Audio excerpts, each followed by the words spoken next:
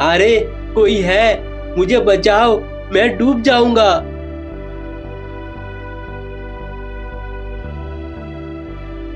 विशाल नदी के पास श्यामपुर गांव बसा हुआ था।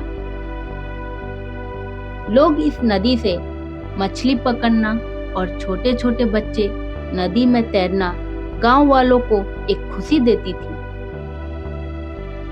उसी गांव में मोहन और उसकी पत्नी अपने बच्चों के साथ खुशी खुशी रह रहे थे।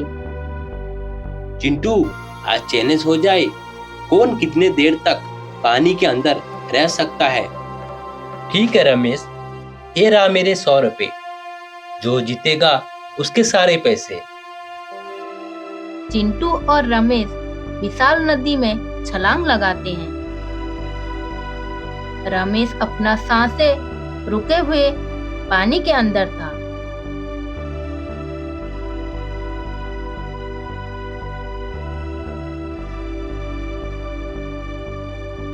इधर चिंटू विशाल नदी के गहराई को चला जाता है।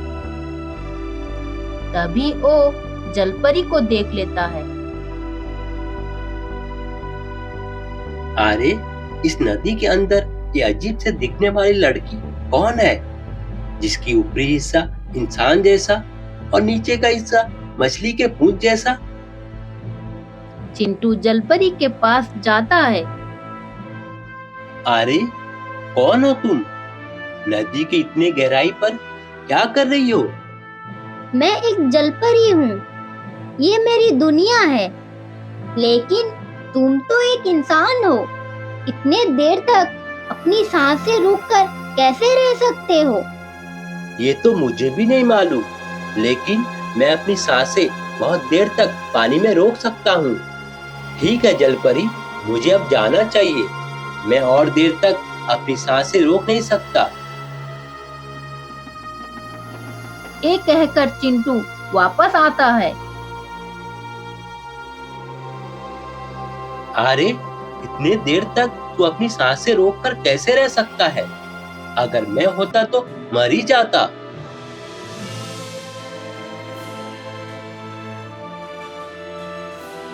शाम होने को है, तुम्हारा लड़का अब तक क्यों नहीं आया? आप परेशान मत होइए, वो बहादुर है, घर वापस आ जाएगा। मुझे कुछ नहीं पता। तुम तो हमेशा अपने लाड़ प्यार से उसे बिगाड़ चुकी हो।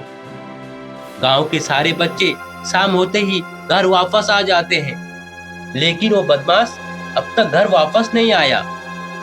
आज उसे घर आने दो, अच्छे से उसका सबक लेता हूँ।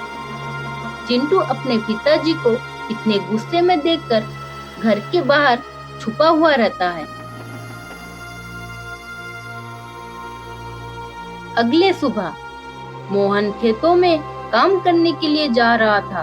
तभी अचानक आसमानों में काले बादल छा जाते हैं। लगता है बहुत तेज बारिश होने वाली है। मुझे घर लौट जाना चाहिए। मोहन तेजी से अपने घर के तरफ भागने लगता है। तभी बारिश शुरू हो जाती है। अचानक बारिश होना कोई अच्छी संकेत नहीं है। लगता है ये बारिश रुकेगी नहीं। आसमानों में तेजी से काले बादल छाने लगते हैं और नदी का पानी तेज होते जा रहा था। ये गांव के बूढ़े और बच्चे और मेरे भाइयों और बहनों, होशियार हो जाओ। नदी का पानी गांव के अंदर आ चुका है। सारे लोग अपने अपने छतों पर चले जाएं। गांव के लोग अपने अपने घर के छत पर चले जाते हैं।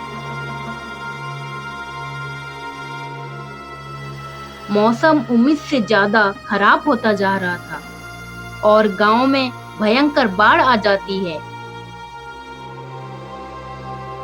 पूरा गांव उस बाढ़ में डूब जाता है।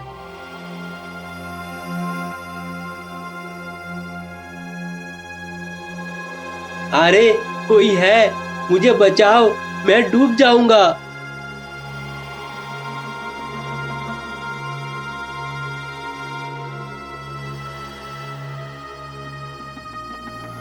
तभी चिंटू तैरते हुए उसके पास आता है। अरे तुम्हें कुछ नहीं होगा, मैं तुम्हें बचाऊंगा। चिंटू उस आदमी को सुरक्षित जगह पर ले जाता है। पानी का भाव बढ़ते जा रहा था। ये देखकर चिंटू डर जाता है। इस भयंकर बाढ़ में कैसे सारे लोगों को बचाऊंगा। तभी चिंटू को जलपरी की याद आती है। जलपरी से मदद लेने के लिए चिंटू अकेले ही निकल पड़ता है। पानी के गहराई तक जलपरी को तलाश करता है। तभी उसे जलपरी दिख जाती है। ये जलपरी, मेरा गांव बाढ़ में डूब चुका है।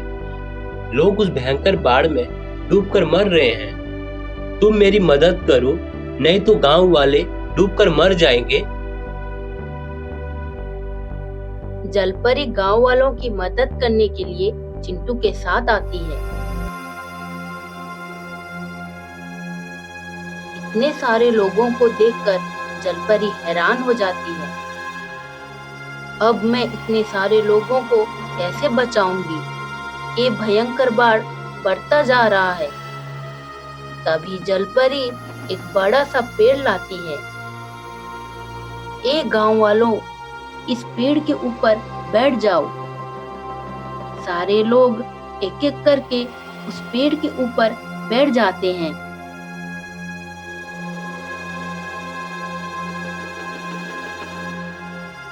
जलपरी सारे लोगों को पहाड़ी इलाकों में छोड़ देती है।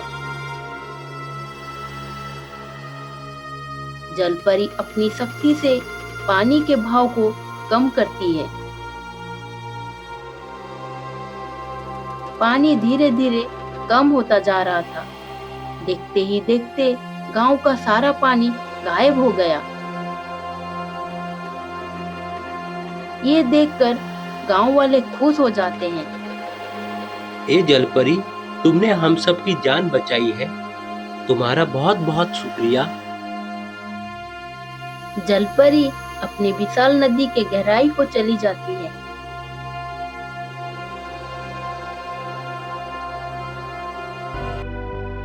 मोहन भाई, तुम्हारा बेटा तो बहुत ही बहादुर है। अगर ये नहीं होता तो आज इस भयंकर बाढ़ में हम सब डूबकर मर ही जाते। इस वजह से चिंटू अपने पिताजी का लाडला बन चुका था।